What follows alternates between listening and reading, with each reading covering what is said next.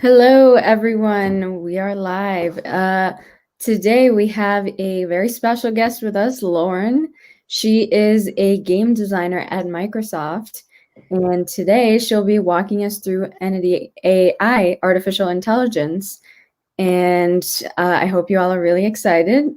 And so I'm going to hand it to you, Lauren, to introduce yourself and to talk about what the rest of today is going to be about. All right, sounds good. Hi everyone. I'm just gonna share my screen real quick. Share screen, application window. There we go.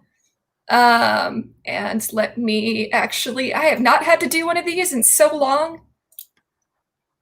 All right, there we go. Okay, so designing entity AI.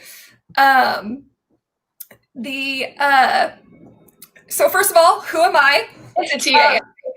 I'm sorry. Oh, sorry, I heard myself. Actually, I have the Twitch open. I'm so sorry. Let me actually close that so I don't hear myself. Let's try that again. Okay, so I am a game designer. I've been in the industry for about 10 years. I graduated from the University of Southern California in interactive media. And my design focuses are in systems economy and recently AI design. So this is just kind of a quick overview of the games I've worked on. I started out as a QA tester at Square Enix, eventually was hired by Disney as a game designer, worked on a number of projects there, and one of my cats decided to join us. And currently I work on Minecraft, Minecraft Earth specifically, and my job is to design AI for the new mobs that we create. So what do I do as an AI designer? The six, we call them mobs, that you see on the screen. If you're familiar with Minecraft, or if you're not familiar with Minecraft Earth, it's playing Minecraft in augmented reality, so in AR on your phone. And we've done a lot to create new fun mobs that are exclusive to Minecraft Earth. Hey, sorry to interrupt, but could you share your screen again? Oh, of course. Did it not go through? No, unfortunately it didn't. Oh, I'm so sorry. No worries, no worries. Yeah, let's do this. Do you know how far it got without there being anything? I think the second slide. Okay, then I'll just if you did not see this, this is just some of the games that I've worked on. And so this is where I was. So the six mobs that you see on screen are the ones that I had a direct hand in designing and releasing. What I do as an AI designer is we always start with concepting. Me and the rest of the design team, we get in a room, we start thinking what would be a super cool mob to do, and then my job as the AI designer is to then go and dig into our code and figure out how we can make that behavior happen. So I know I am the walking encyclopedia of Minecraft mob behavior. I do very extensive documentation for writing out all of that behavior. And then I also help integrate mobs into the game. So what is Entity AI? So for entities in a game, these are programmed reactions to stimuli from either the surrounding environment or other entities in the games. And this includes the player as well. So it's you have to think of it very much as kind of call and response. So, for example, these are more mobs from Minecraft Earth. We have the muddy pig, who, if as it's wandering around, if it senses a mud block, it jumps into mud and rolls around. Our cluck shroom, which is the little the red chicken there, plants mushrooms every 3 to 60 seconds. Or our skeleton wolves there at the bottom, when they acquire a target or they notice a player or an enemy in range, it does this howl attack that all other skeleton wolves in range will come and also attack that target. My particular focus is in interactions between entities and their environment, not necessarily entities and players. Almost all the mobs that I've worked on don't really have any specific behaviors with the player at all. But it's still a very interesting and very complex type of design to do. I believe there's someone else giving a talk tomorrow about AI for interacting with players. So this is, my focus is what happens if you dump, 60 different mobs in a room and let them roam freely, because all sorts of weird, fun things can happen there. So this is kind of getting into some more technical stuff before you even think about designing AI for your game. So when you set out to create AI, one of the first things you need to ask yourself is, where am I defining, assigning, and accessing this AI? And what I mean by defining, assigning, and accessing is, where is your code for the AI going to be located? How are you going to assign that code to an entity? And where are you going to go to edit your AI? Different AI behaviors typically come along with some sort of parameters, which is, variables like, set a speed or how much health something has. And when you have a lot of entities that interact, you're going to want to do balancing for that, making sure that everything is balancing is a difficult term to to define. It's basically making sure everything runs correctly, fairly, that nothing is too overpowered or too underpowered. It's a lot of number tweaking. And also you want to keep in mind like how the rest of your code is going to be set up. You don't want to create an AI system that is structured completely different from everything else in your code, because your AI is going to need to talk to these systems. And I've seen firsthand what happens when one system is created one way and your AI system is created in another way. It does not end well for anyone. The other thing you have to think about is, who is going to modify your AI parameters? I'm a game designer by trade. I'm not a programmer. I happen to have some coding experience, but your designers are usually the ones that are going in to do those balancing tweaks.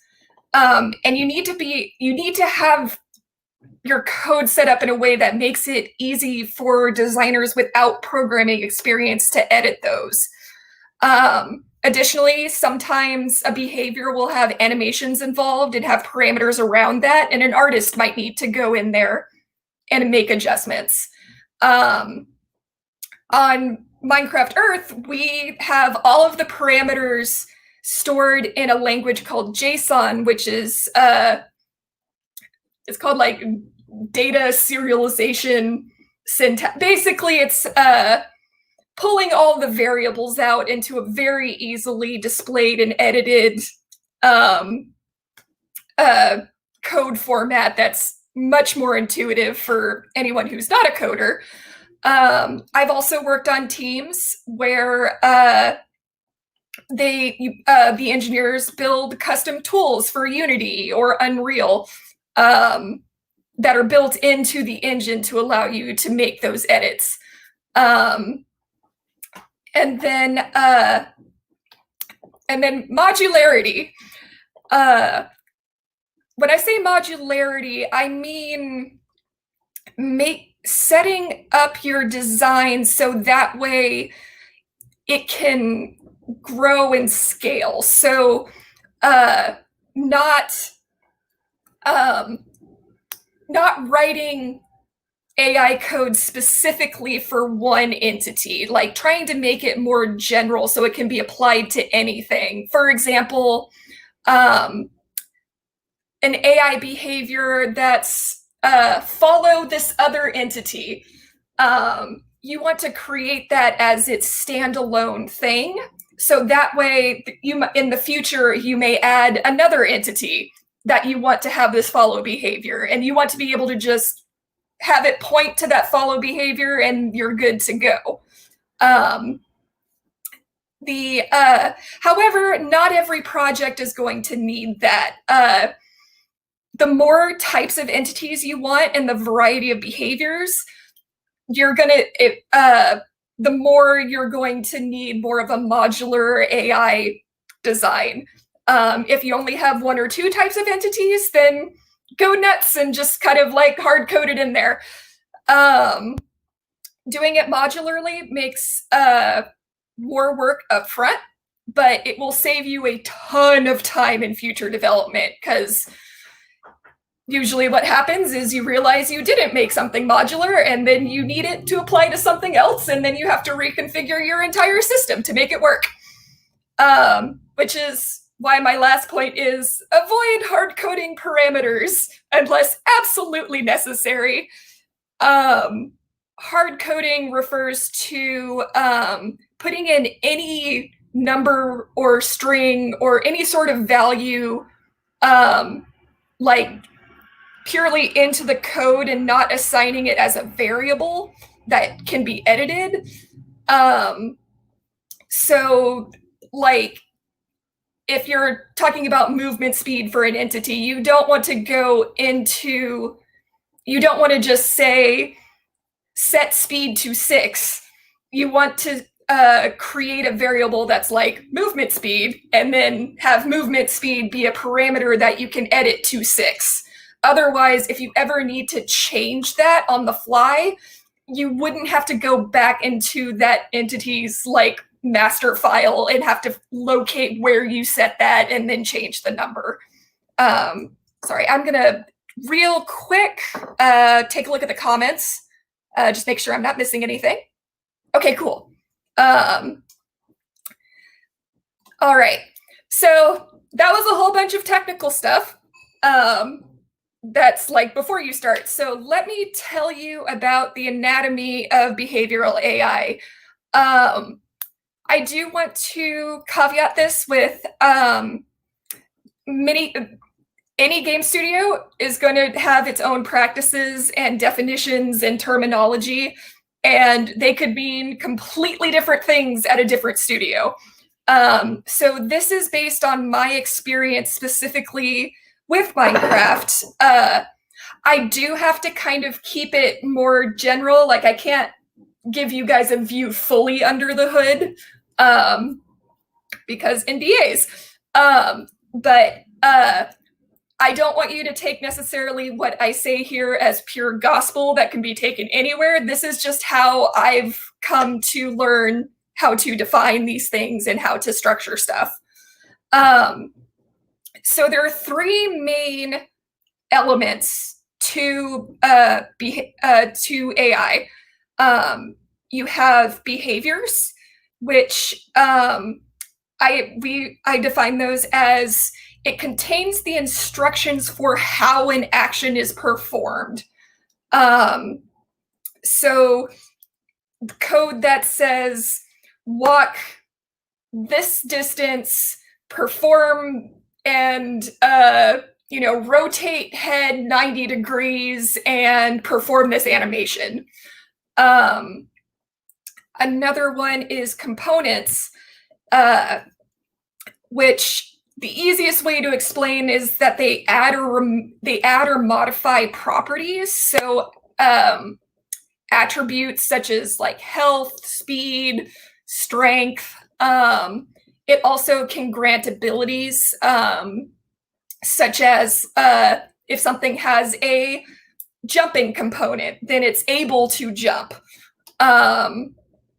But it won't jump unless it has a behavior that actually tells it to jump.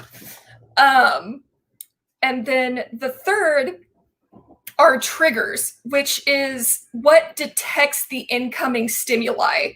So this would be things like, when it's attacked, when it touches a certain material, or it's raining, or any sort of thing like that. Again, I'm sorry, I'm assuming everyone's familiar with Minecraft. So if not, it's kind of this big open world building game, world simulation. So you'll hear me refer to lots of things like weather, and whether something's in water or mud, or temperature, or things like that. It's so I'm talking about it in the context of this kind of world simulation. So here's an example of how you can break a behavior down into components, triggers, and behaviors. So here we have, I just decided to name him Bob. I've assigned 2 components to Bob, which is a movement component, which just says Bob can move, and he moves by walking, and his speed is 1 feet per second. And he also has a detection component, which would mean that 3 feet around, he can detect anything that's around 3 feet around him. So Bob doesn't like bugs. So the trigger would be some entity has entered his detection range. So something else in the game has entered that range, and his detection component notifies the entity that this thing has happened. Then the behavior would be Bob running away from the bug. And that's where you would define, what is he running away from? What speed is he running away at? Where does he run? And how far does he run? Okay, moving on. These are just examples of components. These aren't specific to Minecraft, and these aren't even necessarily what we call them in Minecraft. I'm kind of keeping this more general. So like I said, it's like assigning physical attributes, what they're capable of doing, and also like what player interactions could be done to them. So like, could they be mounted? Could they be leashed? Could they be tamed? Could they be so it's kind of like what items can be used on this entity. And then trigger examples is basically, it's defining the stimuli that will activate a behavior. So physical stimuli, contact, taking damage, seeing something, but also things like the surrounding environment. So, is it raining? Am I standing? Is it standing on a rock? Is it next to it? Like, what time of day is it? What is it attracted to light or darkness? And then also just general state changes. So like when it acquires a target, when it gets a status effect, when it dies, when an item is equipped. So these are all examples of stimuli that it can take and then activate a behavior.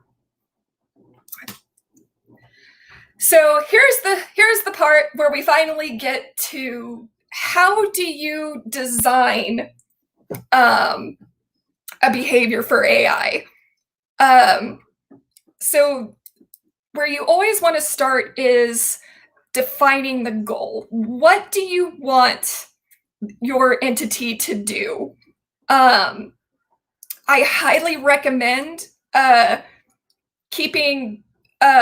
aiming for one goal per behavior. And what I mean by that is as you break down the steps to accomplish this goal that you're setting, make sure that it's kind of a if A then B thing, not an if A then B, C, D, E. Like you wouldn't want to have targeting and attacking in the same AI behavior, because you could use targeting for things that are not attacking. But if you put them together, then you're going to have redundant code. So you would separate those out into two individual behaviors because they each have their own purpose. Next, you have to define the activation criteria. So what needs to happen in order for this entity to start performing this behavior? So, for example, if you wanted your entity to attack another entity, one of the activation criteria would need to be it has a target. It can't attack something if it doesn't have a target. And once you figure out that activation criteria, then you need to kind of sit and think about making sure that you have all the necessary components and triggers in order to make that happen. And then figuring out, okay, maybe I need to make a new component. Maybe I need, this special trigger that we don't currently have. And that kind of just helps you figure out like the feasibility of the behavior, like what scope you have. Can you make this behavior? And then lastly, the deactivation criteria. What causes the behavior to be considered done? As the behavior's in progress, is there anything that could cause the entity to stop doing that behavior? Keep going with the attack behavior example, what if as it's going to attack its target, the target dies? That would be considered a deactivation criteria. So even though it never actually got to attack, the behavior ends because the target no longer exists. And then also, very clearly defining the end of the behavior. So with the attack behavior, the behavior would end once it performs the attack.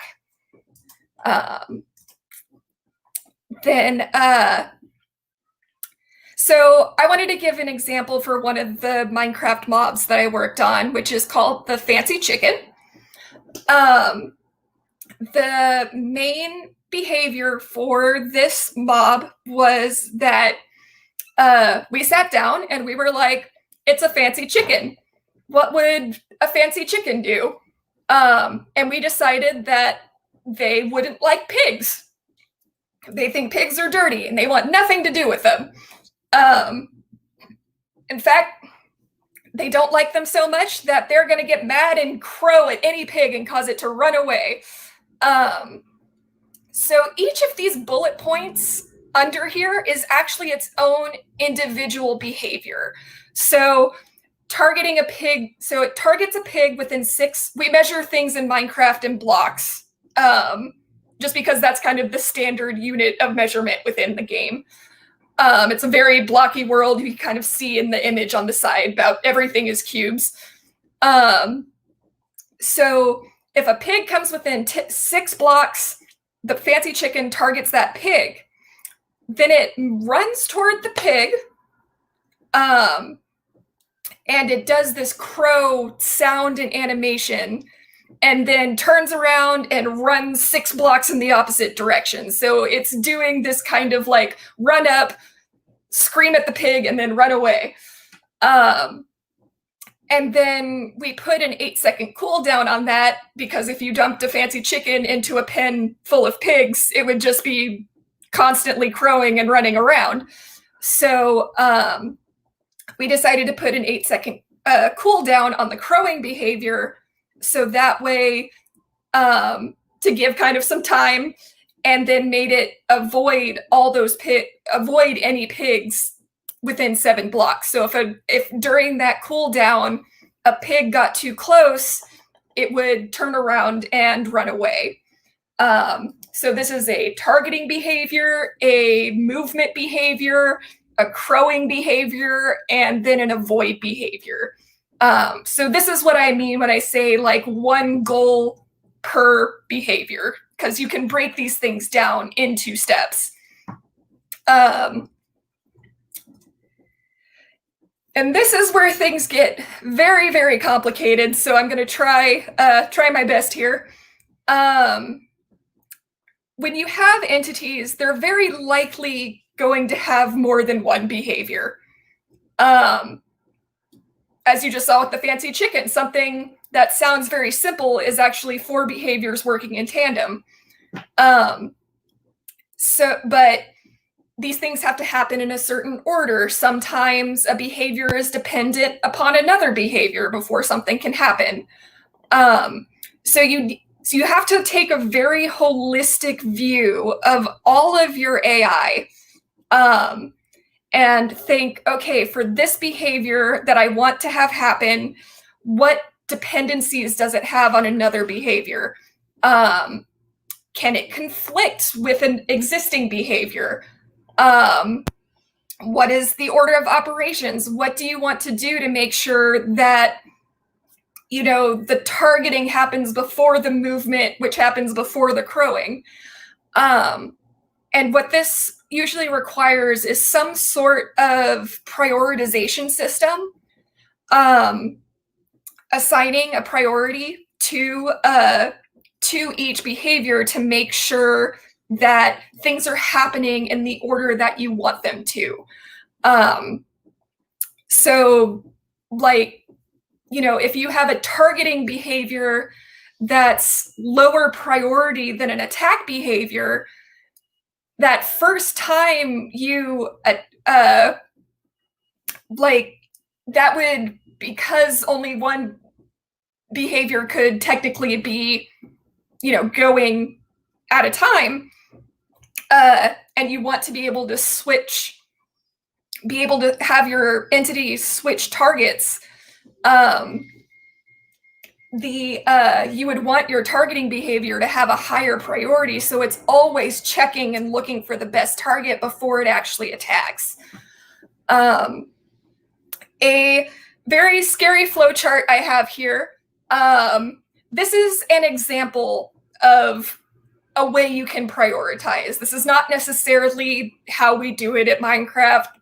This is just kind of a representation of, you know, a way you can do it. So basically, every tick or frame, as it's sometimes called, basically, like if a game runs at 30 frames per second, there's going to be 30 ticks to a second, or 30 frames to a second. Most AI runs on ticks. So every tick, it would look at the behaviors that are assigned to the entity. It picks the one at the top of the list and asks, is this behavior currently active? If not, it will do a comparison loop with all the currently active behaviors and ask, you know, is it a higher priority?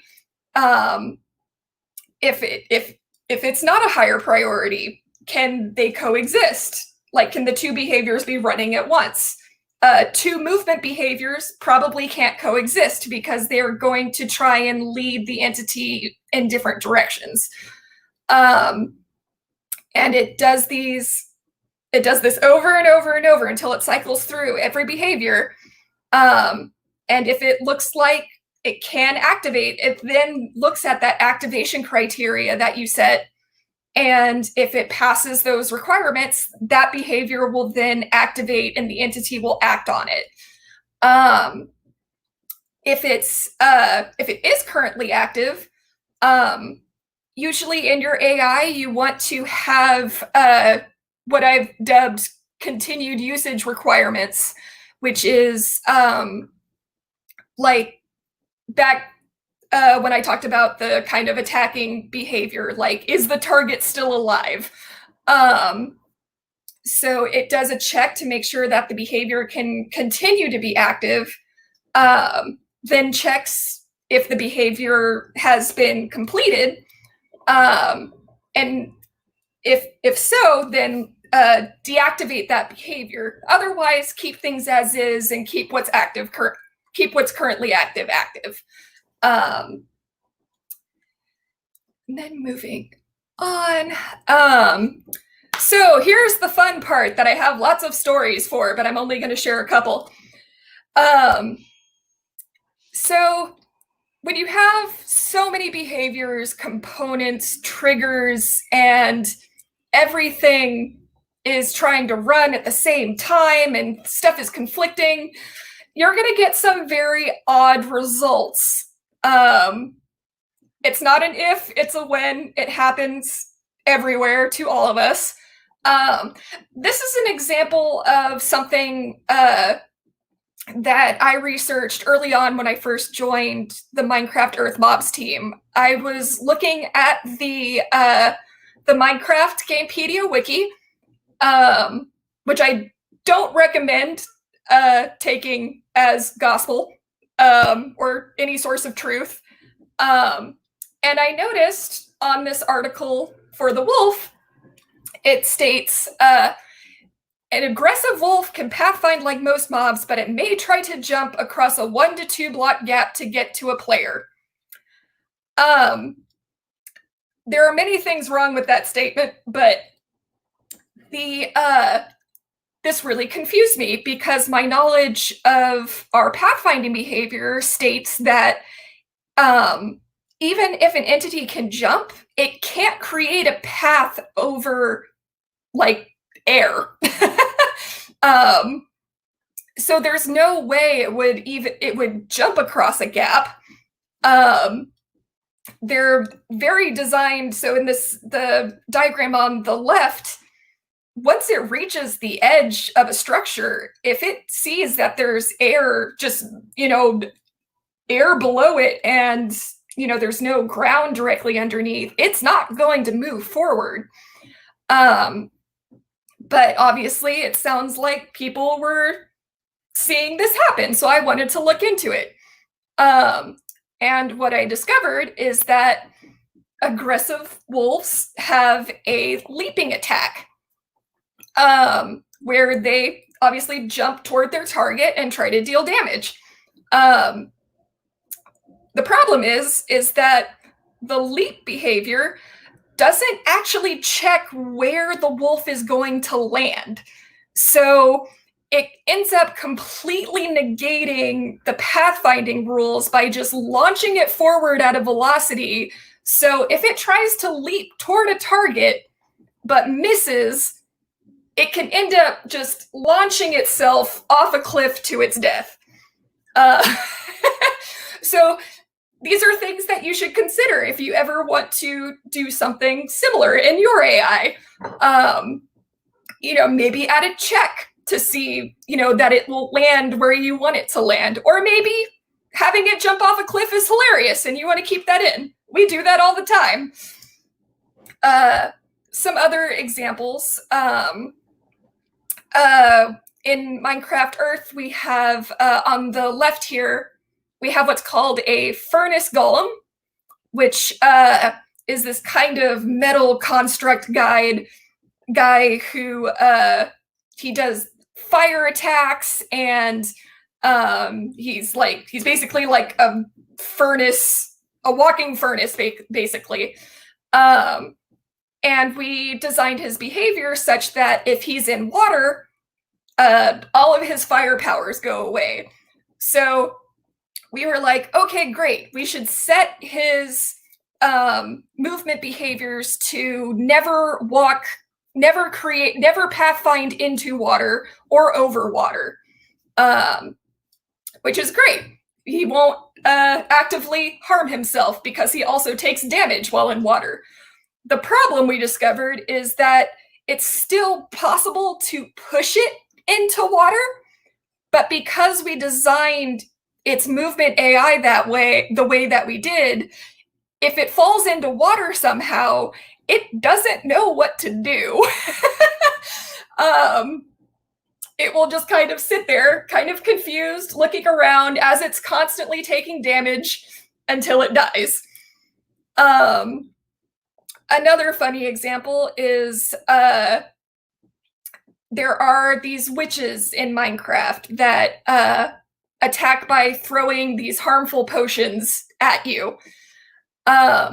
However, they're set to target anything that hurts them, and there's no filter in that behavior. So anything that hurts it will become its next target. So if you're standing between two witches and one witch lobs a potion at you, misses, and hits the other witch, that witch suddenly thinks the first witch is now its target, and it will start throwing a potion at that witch. And then once witch 2 hurts witch 1 will switch targets to witch 2, and then suddenly you're standing in the middle of a witch fight where they're just throwing stuff at each other. And they won't stop until you hurt one. It makes for some very entertaining scenarios. So that was kind of my high-level overview. I wanted to give some time for Q&A. So feel free to comment with any questions, and I'll try to address them as best I can.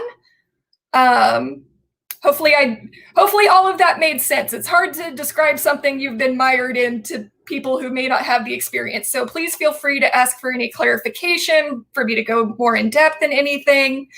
Yeah, feel free to comment with any questions. Let's see. Oh, what is systems and economies? So I guess this was posted when I first started. Systems design is kind of a, like any system in your game, whether that's level progression system, crafting system,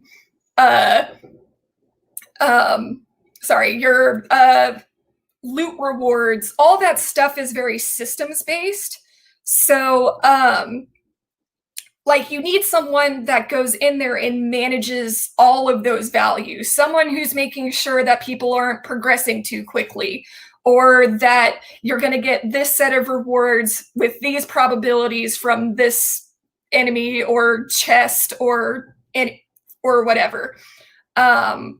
When I worked at Disney, I did a lot of level progression system stuff. So, and economy design is a kind of a subset of systems design that's focused on managing the resources in your game. So, and this also includes things like free-to-play games and economies. So, you know, making sure that everything is balanced correctly, so that way, you know, okay, at this point in the game, they should have this much resources, which means that they can unlock this thing. So it's kind of like the spending and earning of, you know, it could be currency, it could be items, it could be drops, it could be anything. That is the economy of the game. Um, the AI design is actually relatively new for me. I didn't start doing the AI design until the end of last year. So I may not have as much experience in it as overall system stuff, but I have been mired in entity AI code for the last 12 months. So it's just, I've absorbed a lot of information and knowledge there. Let me see. Let's see, did the chicken or the chicken did come first. You have to spawn a chicken in order to lay the egg. It's backwards from evolution. If there are no other questions, I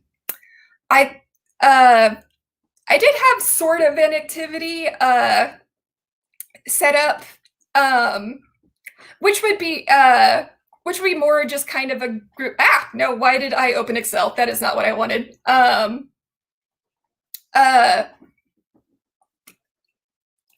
So I have this just kind of template. I thought maybe we could kind of design something together where it's, in the comments state, what behaviors would you want some mysterious, some unknown entity, this new entity that we create together to do, and then just kind of think through what the components and triggers might be. If there's not enough participation in the comments, I can just kind of do it on my own until we're at time. So let me just wait real quick to see if any comments start coming in at all.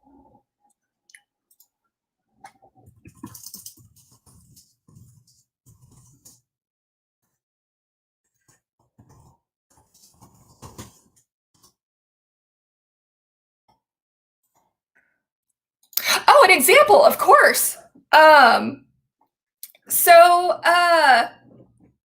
Whoops. Let me go back. Okay, let me make sure my screen is still being shared.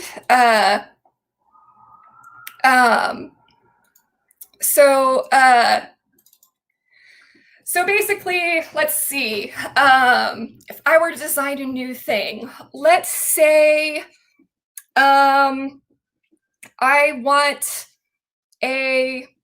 I'm a cat person. So let's say I want to create some sort of cat-like entity. What would be a fun thing that a cat does? I would want, obviously you need just some sort of like random idle walk behavior. You would want, let's see. Sorry, I'm blanking on.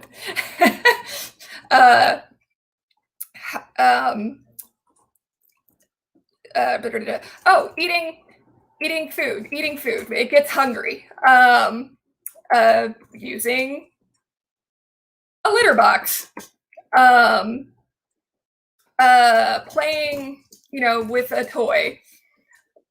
So just kind of starting with that. So when you think about components, so you're kind of thinking, what parts do I need for my cat entity to make this kind of thing happen? So it's going to need some sort of movement where you define, speed, that it walks. If it eats food, it needs some sort of, detection component, so that way it knows where the food is. If it eats food, presumably it gets full, so there's going to need to be some sort of hunger property that would be written into a component. Same with a litter box. It needs to be able to detect where a litter box is, and what would you ladder? I guess. And then playing with a toy. It would need some sort of something to tell it to do that. So maybe some sort of like, because you don't want to do it just with a detection parameter, because otherwise once a toy gets in range, it'll never leave. So it just needs some sort of like maybe a stimulation stat. So that way when it gets low, it's bored, and when it's high, it's happy. So in this component, you would set the stats. You would say like how quickly does it become bored? How easy is it to get happy? And then in a triggers would be things like, hunger gets below a certain value. Same with, the bladder and stimulation, like, and so the way this would work would be, okay, so the random idle walking would be connected to the movement component, telling it how to walk around, how fast it should walk around. And it's just this would be kind of like your lowest priority behavior, because this is what you want happening when nothing else is going on. We do that with a lot of our mobs in Minecraft. Almost everything has a like random stroll behavior that just lets it kind of walk around aimlessly when there's no other stimuli around. So for eating food, over time, the hunger component depletes at whatever rate you set it to. Once it gets below a certain value, it activates this behavior, says, you want to detect food, figure out where it is. You want to move to get there. And then the behavior of actually eating the food, which will replenish the hunger. So the other trigger would be hunger gets above a certain value. And once hunger reaches that value, the behavior is considered ended. So that behavior deactivates and then goes to the next one. This would be the same. This would apply to the same thing for using a litter box and playing with a toy. Each one is triggered by some component stat going above or below a certain value, and then activating the behavior, completing the behavior, and then when everything is satisfied, it just goes back to this random idle walk.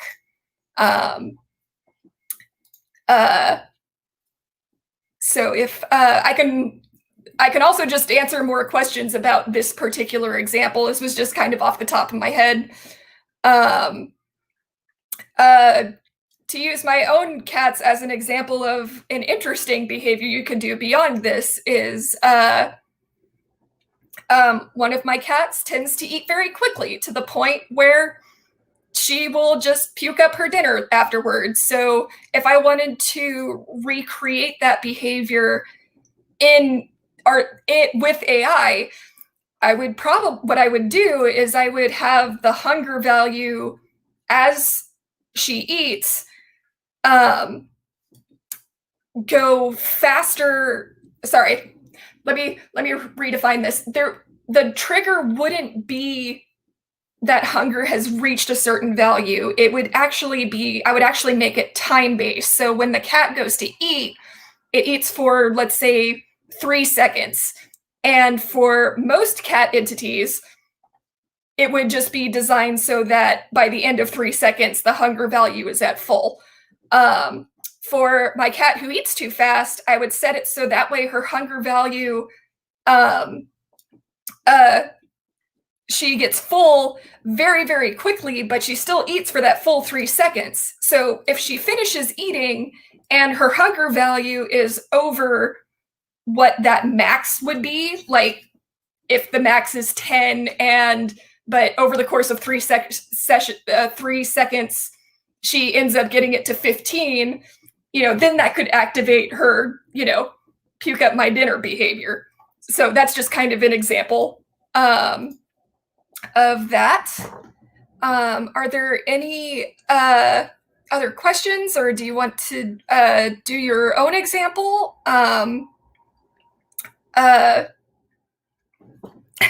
You're welcome.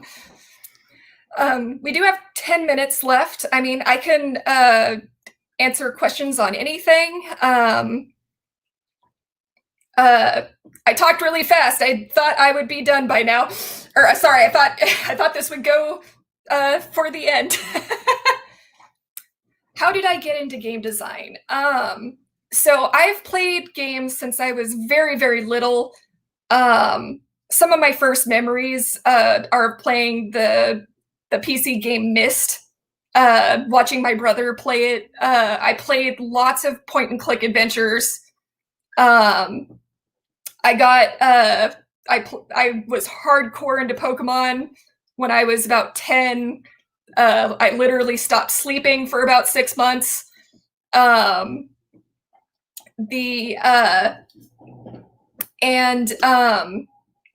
Eventually in high school, I learned that video game college programs existed, and my mom demanded that I went to a 4-year university instead of a trade school.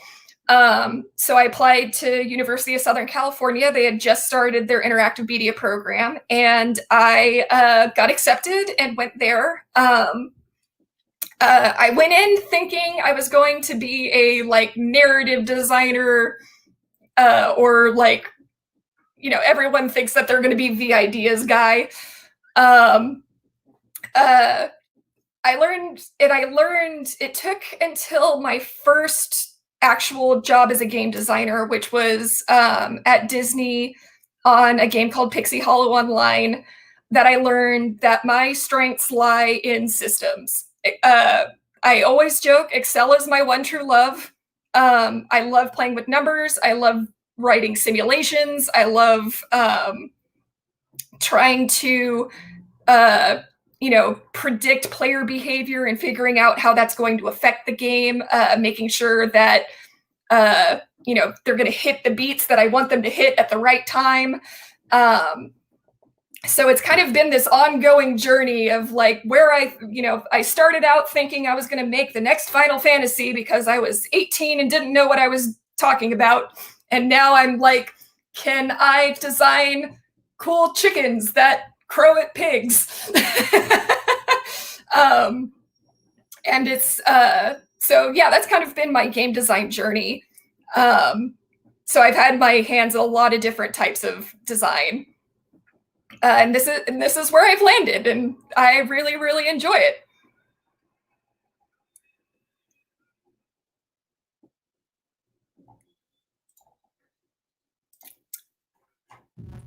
Well, there are about 5 minutes left. If there's nothing else, then we can probably end here. Right, Meghna? Yeah, I think so. If there are no questions, I think this is a good stopping point. Yeah. Yeah. Well, thank you so much for coming if you attended this workshop. I'm sure it was really helpful. And thank you, Lauren, for hosting this workshop. It was really interesting to hear about AI and game design in general.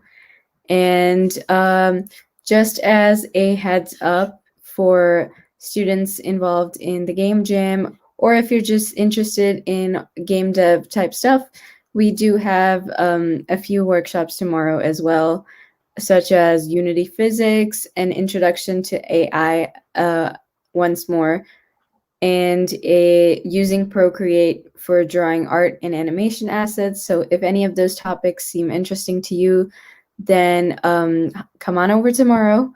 And once again, thank you so much for coming tonight, and I hope you all have a great evening. Yeah, thank you guys so much. I hope I helped. Definitely.